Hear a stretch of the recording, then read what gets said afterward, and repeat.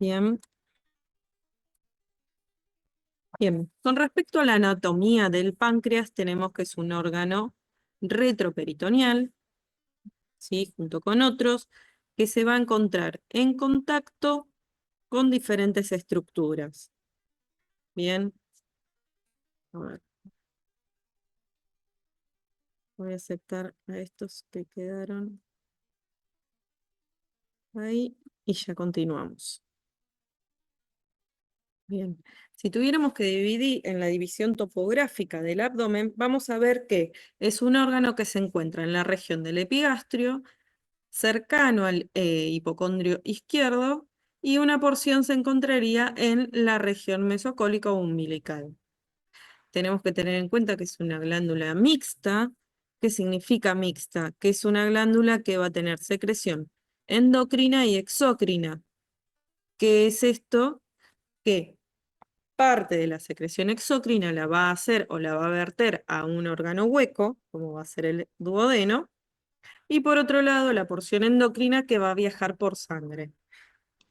Ahí van a participar diferentes hormonas como la insulina del glucagón, la somatostatina o el polipéptido pancreático. El páncreas es una glándula que se encuentra conformada por una cabeza, un cuello, un cuerpo y una cola, y está a la altura de la lumbar L1, L2. Más o menos aproximadamente la misma altura de los riñones. Bien, entonces vamos a explayarnos un poquito más en el tema. Si tenemos que dividir al páncreas en todas sus porciones, tenemos que la cabeza del páncreas va a tener una orientación muy particular. ¿Por qué? Porque va a estar, esta glándula se va a encontrar envuelta en el duodeno y por otro lado va a abrazar, o como ser la cabeza, va a envolver a los grandes vasos, ¿sí? A las mesentéricas y a las venas también mesentéricas que se encuentran en esta porción del abdomen. Bien, la cabeza del páncreas va a estar orientada generalmente hacia adelante y hacia la derecha, con lo cual va a contactar con el duodeno. La parte más inferior o el borde inferior va a contactar con la porción horizontal del duodeno, como que va a descansar sobre él. Y tenemos que la porción de abajo y a la izquierda de la cabeza del páncreas se va a encurvar y como les había dicho, esto va a generar un proceso unciforme en donde va a pasar por detrás de los vasos mesentéricos superiores, ¿sí? Y la cara anterior, en forma excavada del canal, va a pasar por la vena mesentérica superior. El cuello del páncreas es la estructura que va a unir la cabeza con el cuerpo del páncreas. Es una estructura muy pequeña, de una longitud de aproximadamente 2 centímetros, la cual va a estar limitada desde la porción de arriba, ¿sí? Con la porción superior del duodeno y va a formar lo que sería la escotadura superior, como se nota ahí en la imagen. Esto va a generar una división formando dos tubérculos, el tubérculo pancreático posterior y el anterior. Y por debajo va a estar la escotadura pancreática, que es por donde van a pasar los vasos mesentéricos. Luego tenemos dentro de lo que es la anatomía el cuerpo y la cola, las cuales van a ir dirigidas desde la derecha hacia la izquierda, y tenemos que la cola se va a afinar hacia el hilio del vaso. Con respecto a los mesos y el peritoneo, que envuelven a todo lo que sería el páncreas, tengamos que en cuenta que el páncreas es un órgano retroperitoneal. Por lo tanto, sí va a contactar, va a tener fascias que lo van a envolver y van a conformar parte de él, pero no va a formar parte de lo que sería el peritoneo. Entonces tenemos que la cabeza del páncreas va a estar adosada al peritoneo parietal posterior, o sea, la parte de atrás, y va a estar unido a través de la fascia de Treis o retroduodeno-pancreática. El cuerpo también se va a fijar a la pared posterior, pero a través de la fascia de Tolt o retropancreática.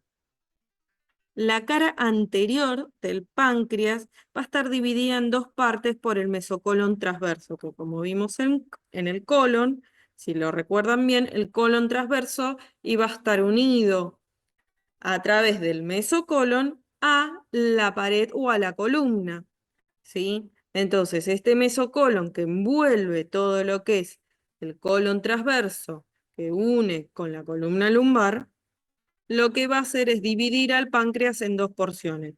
Y lo va a dividir en inframesocólico y supramesocólico. La parte inframesocólica va a conformar lo que sería la porción inferior de la cabeza del páncreas y la supramesocólico va a formar la parte superior de la cabeza del páncreas, ¿no? Pero también va a estar dividido en dos por el ligamento gastrocólico. Bien, todas estas divisiones me sirven porque anatómicamente van a haber funciones diferentes o estructuras diferentes. Y hacia el nivel de la cola del páncreas va a estar unida a través del ligamento esplenocólico. Esto va a llegar hasta el hilio del vaso.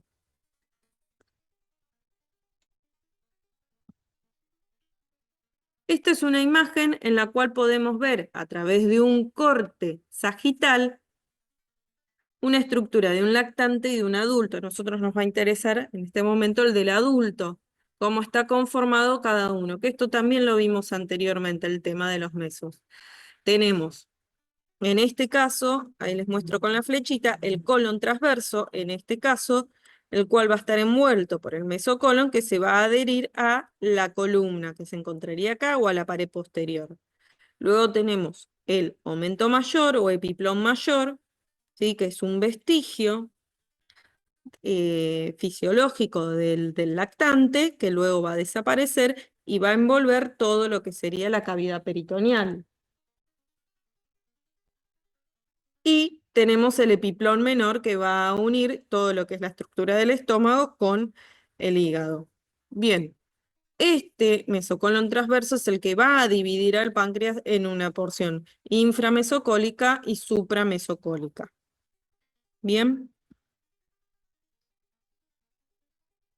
Con respecto a las relaciones del páncreas, esta imagen no es capaz la más adecuada, pero bueno, podemos imaginarnos que si de este lado tenemos el estómago y el vaso, de este lado estaría la porción del lado derecho, estaría la porción del hígado, ¿sí? Entonces tenemos en la porción anterior, estaría anterior al páncreas, la cabeza del páncreas estaría relacionada con el lóbulo izquierdo del hígado, el duodeno y el píloro. La parte superior con la arteria gastrodenal y la porción posterior estaría relacionada con los riñones y los arcos arteriales pancreáticos duodenales posteriores. ¿Ven? Como bien se ve acá en la imagen, estarían las dos celdas renales. El cuerpo estaría a nivel de la lumbar 1 o 2. Anterior, ¿sí? Estaría relacionado con la cara posterior del peritoneo y con parte de todo lo que sería la cara posterior del estómago, como ven acá. Posterior al páncreas estarían las venas mesentéricas superiores, como también la arteria aorta. Se me fue. Ahí está. Bien. En esta imagen no se ve, pero todo lo que rodearía parte de lo que es la cabeza y el cuerpo del páncreas se encontrarían las arterias hepáticas común y el recorrido sinuoso de la arteria esplénica. Del cuerpo a la cola del páncreas, en su cara posterior, va a estar el pilar izquierdo diafragmático, el pedículo renal y la parte inferior de la adrenal izquierda, que en esta imagen, como les vuelvo a repetir, no se ve. Pero parte de todo el pilar izquierdo del diafragma se encontraría dentro de lo que es el recorrido del cuerpo y la cola. Sigamos a todo el sistema excretor del páncreas junto con las relaciones que tiene parte de la vía biliar y hepática, vamos a encontrar que el páncreas va a estar atravesado en todo su recorrido por el conducto pancreático principal o de Wirsum, que es este que se encuentra acá, que va a desembocar en la ampolla de váter junto con el conducto colédoco, que como lo ven acá, tiene un trayecto interno pancreático y externo, ¿sí? Este conducto colédoco va a ser la unión de lo que sería el conducto cístico de la vesícula biliar con el conducto hepático común. Y acá estaría la porción derecha e izquierda. Este esfínter de Oddi o ampolla de váter se encontraría en la segunda porción del duodeno. Con respecto a la irrigación del páncreas, tenemos que va a estar irrigado por varias arterias, entre ellas ramas de arterias del tronco celíaco y ramas de arterias de la mesentérica superior. En el dibujo, en la imagen, se ve la mesentérica superior y el tronco celíaco. Del tronco celíaco salían arterias principales como la arteria esplénica, como también la gastrodenal. Esta arteria gastrodenal me va a dar diferentes tipos de arterias como la anterosuperior, la inferior, anterior y posterior. Todas estas van a ser ramas de la arteria gastrodenal. Bien. De la arteria esplénica, parte de la cola del páncreas va a estar irrigada por la arteria caudal, rama de la arteria esplénica. En cambio, parte de la irrigación del cuerpo va a estar dada por las pancreáticas inferiores. Estas serían ramas o arteria mayor también, en la pancreática mayor, que serían ramas de la mesentérica superior. Acá es un poquito más de lo mismo, o sea, la explicación de lo anterior. Con respecto al drenaje venoso, tenemos que tener en cuenta que el drenaje sigue a veces, muchas veces, el mismo trayecto de que las arterias. Bien, todo lo que sería el drenaje de lo que es la cola del páncreas va a estar dada por las arterias pancreáticas eh, que van a terminar drenando en las arterias, perdón, en las venas esplénicas, que éstas se van a adosar a todo lo que sería las venas mesentérica superior, la cual termina adosándose a la vena porta y luego, bueno, drena todo lo que es el sistema porta.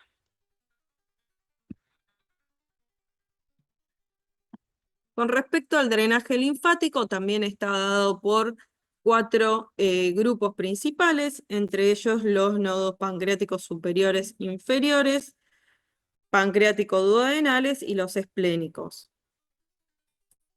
Todos estos desembocan generalmente en los conductos de drenaje linfáticos principales, pero tiene una amplia distribución de nodos linfáticos que drenan, digamos, todo lo que es la cabeza, el cuello, el cuerpo y la cola del páncreas. Con respecto a la inervación, tenemos que la inervación va a estar dada principalmente por un plexo que se encuentra adosado en lo que sería la aorta, que sería el plexo celíaco y el plexo mesentérico superior, que están muy relacionados con todo lo que sería el páncreas en sí. Con respecto al sistema nervioso o al plexo celíaco, va a estar dado por la inervación extrínseca, por un sistema simpático o parasimpático, donde el simpático va a aportar todo lo que es la sensibilidad por los nervios esplénicos, y el parasimpático que se va a encargar de todo lo que serían las funciones exócrinas de lo que sería el páncreas. Como bien les había dicho anteriormente, el páncreas es una glándula mixta, por ende es exócrina y endocrina, decimos. La secreción exócrina del páncreas va a estar dada por conductos principales, como van a ser el conducto de Windsor y el conducto accesorio de Santorini, que estos obviamente están formados por conductos más pequeños y diferentes alvéolos que conforman, o lóbulos, que conforman al sistema excretor exócrino. Conducto de Windsor va a drenar todo lo que es la cola, el cuerpo y la cabeza del páncreas. Generalmente drena los acinos de la porción posterior de la cabeza del páncreas, en diferencia a lo que sucede con el conducto accesorio de Santorini, que va a drenar los acinos que se encuentran en la porción anterior de la cabeza del páncreas. ¿Cómo están formados estos acinos? Acá en esta imagen es una imagen gráfica de cómo sería la conformación de estos acinos. Tienen diferentes tipos de células. Tenemos las células acinares y las paraacinares, como también tenemos a las células ductuales. Estas células ductales van a formar conductos pequeños, ¿sí? Esto sería como, ¿cómo explicarles? Como un árbol, ¿no? En donde estas serían las ramas pequeñas, estas serían las hojas, y estos serían los troncos que conformados, ¿sí? Si hiciéramos un zoom acá, veríamos unidos, formarían el conducto mayor de Wilson. Bien, entonces tenemos las células acinares, que son estas, son células triangulares, que están compuestas por gran cantidad de gránulos de zimógeno. Estos gránulos de zimógeno, que en la tinción se ven mucho más azulados, van a estar conformados o van a estar llenos de lo que serían enzimas inactivas o proenzimas. Bien, estas enzimas que se encuentran inactivas se van a liberar, obviamente, por los conductos hacia la porción externa del duodeno y se van a activar con el ácido que llega del estómago al duodeno o del quimoácido que llega al duodeno y se activan. Entonces ahí van a cumplir su función principal de cada enzima en particular. Bien, esto es un poquito, digamos, sería un zoom de lo anterior. Acá encontramos un acino donde están las células acinares, las células paracinares. Son más chiquitas que no, sí contactan con la luz del conducto, pero no con el exterior del lóbulo. Estas son las células ductales. Y acá encontraríamos los gránulos de zimógeno que están llenos de proenzimas. ¿Qué características tiene el jugo pancreático? Es incoloro, acuoso, tiene una densidad entre 1,7 a 1,35 de pH, es más tirando alcalino. Tiene dos tipos de secreciones, enzimáticas y hidroelectrolíticas. Las enzimas que van a ser las encargadas de realizar la hidrólisis de los nutrientes de los alimentos y la hidroelectrolítica que actúa como vehículo de las enzimas. Generalmente la secreción es diaria, es mínima, pero son entre 0,2 a 0,3 mililitros minuto. O sea que serían 5 mililitros por minuto, más o menos. Bien, este tipo de secreción hidroelectrolítica está dada por 98% de agua, como también de potasio, de cloro, de calcio, ¿sí? Que se van a secretar a el medio interno, digamos, de los conductos. ¿Cuáles son los estímulos principales? Son varios, el principal es la secretina. Dentro de las enzimas que se van a secretar por los gránulos de zimógeno, que se van a liberar como proenzimas, son 4 grupos principales. Entre ellas las proteolíticas, tenemos la tripsina, quimiotripsina, carboxipolipeptidasas, elastasas, lipolíticas como las lipasas, carboxielastasas, fosfolipasas, glucolípticas como la amilasa y nucleolíticas como ribonucleasas y carboxirribonucleasas. Este es un cuadrito donde se puede ver bien el tipo de enzimas, como les había nombrado anteriormente, los sustratos, ¿sí? Entender bien que el sustrato, que es digamos, la principal molécula, la cual van a encargarse de digerir. Entonces, las proteolíticas, el sustrato principal van a ser las proteínas. Y el producto, ¿sí? O la unidad, digamos, de ese producto, de ese sustrato va a ser el aminoácido. En el caso de las aminolíticas, el sustrato van a ser los carbohidratos y el producto va a ser la glucosa o los monosacáridos. En el caso de las lipasas, como el nombre lo dice, lipasas, eh, el sustrato van a ser los triglicéridos y el producto los ácidos grasos. En el caso de las enzimas nucleolíticas, van a encargarse más que nada de productos del núcleo, como las desoxirribonucleasas y las ribonucleasas, y el sustrato van a ser los ácidos nucleicos. ¿Quién regula todo esto de la secreción exócrina del páncreas? Bien, hay varios estímulos, entre ellos tenemos la presencia de un quimo ácido, va a favorecer la mayor secreción de jugo pancreático, las grasas, las proteínas en el duodeno, eh, también el estímulo de las células enteroendocrinas del intestino delgado. Estos pueden ayudar a la liberación de secretina y colecistoquinina. Esto va a generar un estímulo endocrino en la glándula pancreática, como también van a haber intervención o inervación simpática parasimpática. Dentro de lo que es la parasimpática es uno de los estímulos también dentro de los principales de la secreción pancreática. La secretina, como habíamos dicho anteriormente, y la colicistoquinina.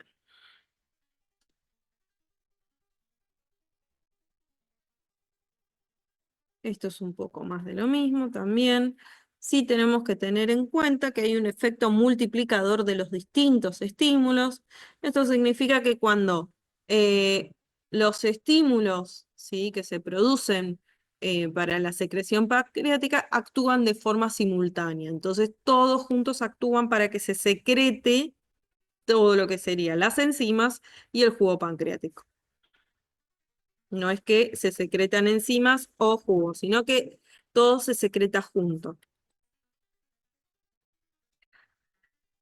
Hay fases de la secreción, al igual que hay fases a nivel del estómago. Hay una fase cefálica, una gástrica y una intestinal. La fase cefálica, en donde el estímulo va a ser olfatorio, psíquico, la vista o la masticación. La fase gástrica, ¿sí?, en el cual el estímulo es la distensión gástrica. ¿Sí?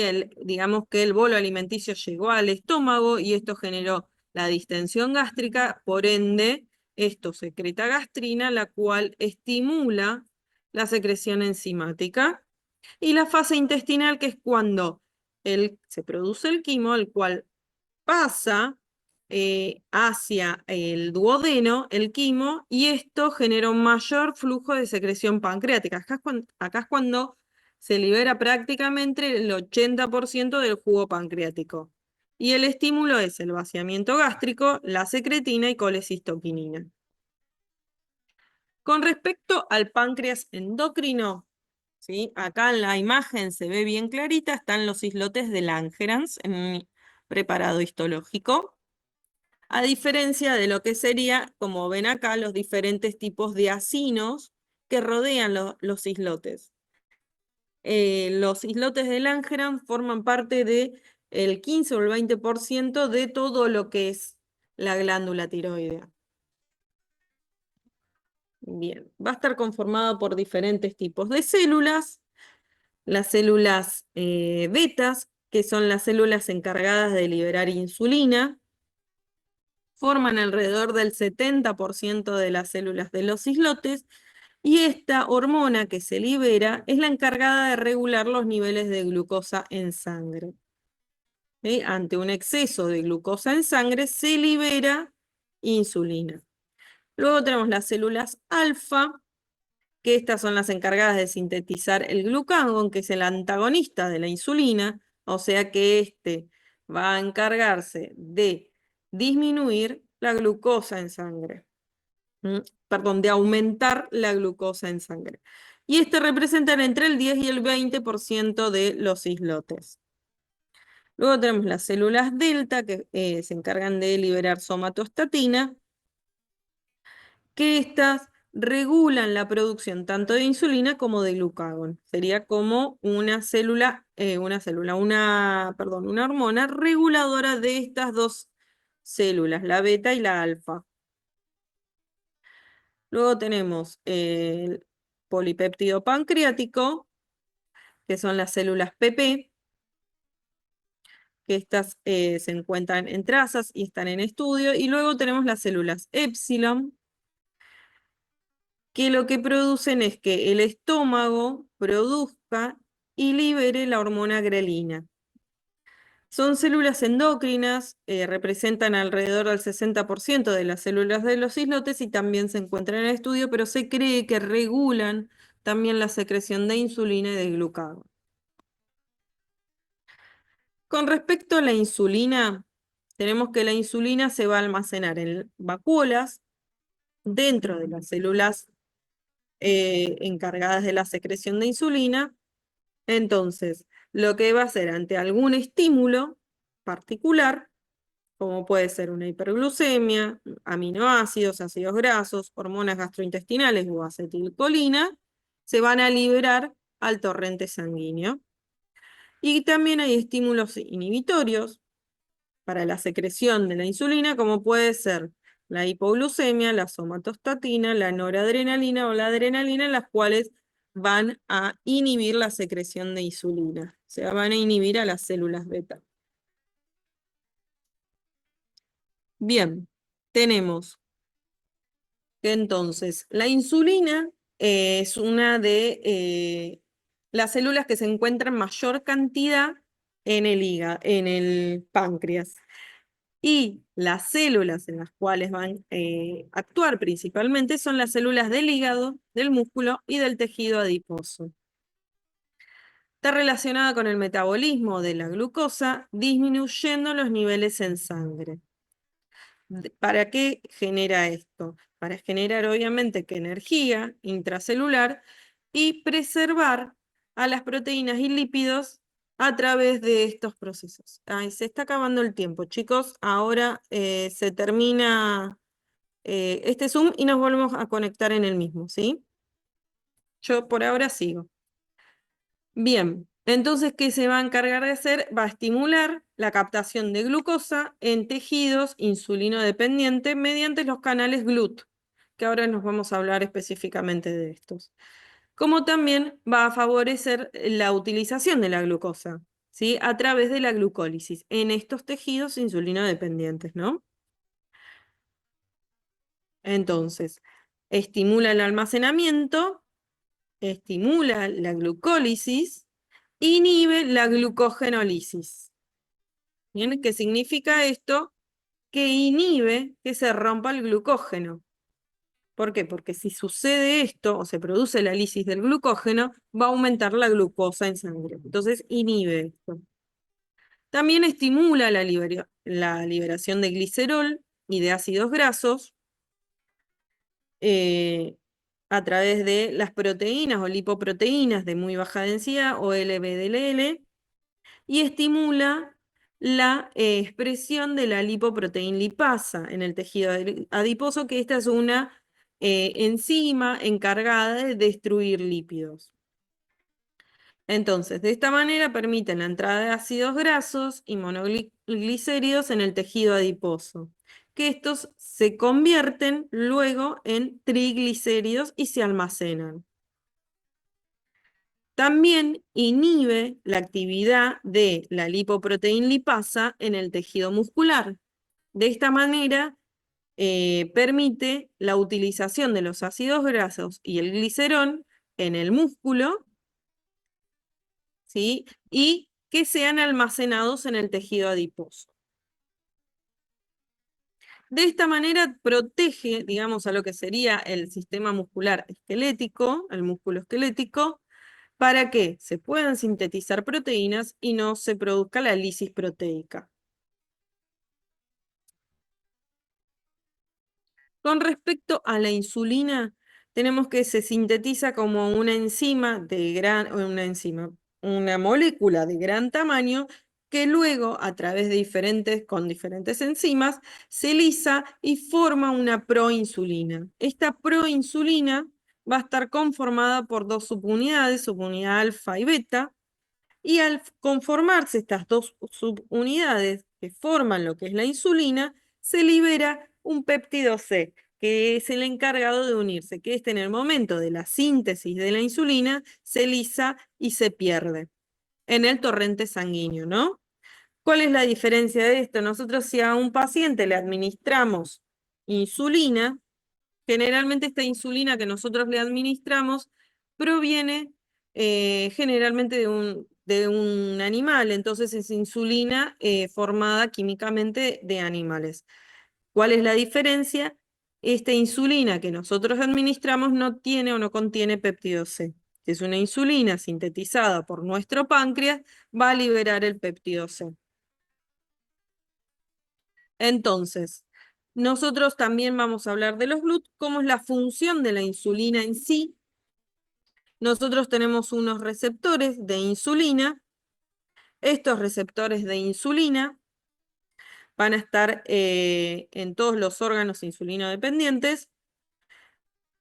Captan la insulina, activan todo un sistema intracelular, los cuales van a activar a los receptores o a los transportadores de glucosa, que serían los GLUT. Estos GLUT se encuentran en diferentes órganos, tienen diferente numeración, pero generalmente la función es prácticamente la misma. Todo este proceso es un gasto de energía, obviamente.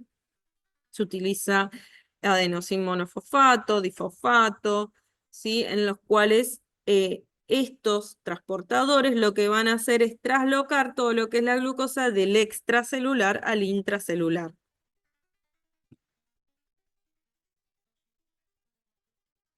Los transportadores de glucosa tenemos diferentes según donde se encuentren. La función es prácticamente la misma, es absorber glucosa o que ingrese la glucosa al interior.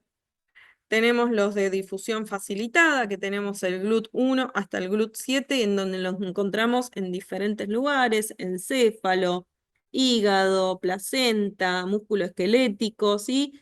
Según donde se encuentre, son diferentes la numeración de los GLUT. Y después tenemos los transportadores activos secundarios, que son los SGLT1 y 2, que también se encuentran en los túbulos renales, en el intestino delgado también, y estos también se encargan de absorber glucosa. Con respecto al glucagón, tenemos que saber que es el antagonista de la insulina. ¿Por qué? El glucagón lo que va a hacer es lo contrario, va a tratar de aumentar los niveles de glucosa en sangre. Va a generar un aumento de la proteólisis y de la lipólisis por medio de diversos mecanismos. Entonces, va a estimular la síntesis de glucosa, llevando a cabo la gluconeogénesis, ¿sí? O sea que va a formar glucosa. También va a estimular la liberación de glucosa almacenada y va a promover la glucogenolisis, o sea que se rompa glucógeno, perdón. Y va a estimular la movilización de las grasas del tejido adiposo, así como también la oxidación de lípidos, activando la lipasa hepática, estimulando la proteólisis y estimulando la actividad de la lipoproteinlipasa en el tejido muscular durante el ayuno. Con respecto a las acciones de la somatostatina, tenemos que va a ejercer acciones en diferentes órganos, diferentes tejidos, no solamente en el páncreas. Puede realizarlo también en el cerebro, en intestinos, suprarrenales, en las tiroides, en el riñón, sistema muscular y sistema inmune. De forma preferentemente va a actuar como un factor inhibidor y va a regular gran número de procesos fisiológicos como la inhibición de la secreción endocrina y exócrina y modulando los neurotransmisores, las funciones motoras, inhibición de la motilidad intestinal, la absorción de nutrientes, las contracciones, la proliferación celular. El polipéptido pancreático, en cambio, va a generar la inhibición de la secreción exócrina del páncreas, así como también la secreción biliar y inhibir el complejo motor migratorio intestinal. Este es un cuadrito a modo ilustrativo de las funciones de la insulina. Tenemos que se va a liberar entonces la insulina por las células beta en los islotes de Langerhans. El estímulo va a ser generalmente la hiperglucemia. Los órganos blancos, como habíamos dicho, era el tejido adiposo, el músculo y el hígado. ¿En dónde? En el tejido adiposo va a estimular la lipogénesis, va a inhibir la lipólisis. En el músculo va a facilitar la entrada de glucosa, o sea que va a estimular la captación y uso de cuerpos cetónicos y la glucólisis en sí. Y en el hígado va a estimular la síntesis de proteínas, va a inhibir la formación de cuerpos cetónicos, como también va a inhibir la destrucción de glucógeno y la síntesis de glucosa.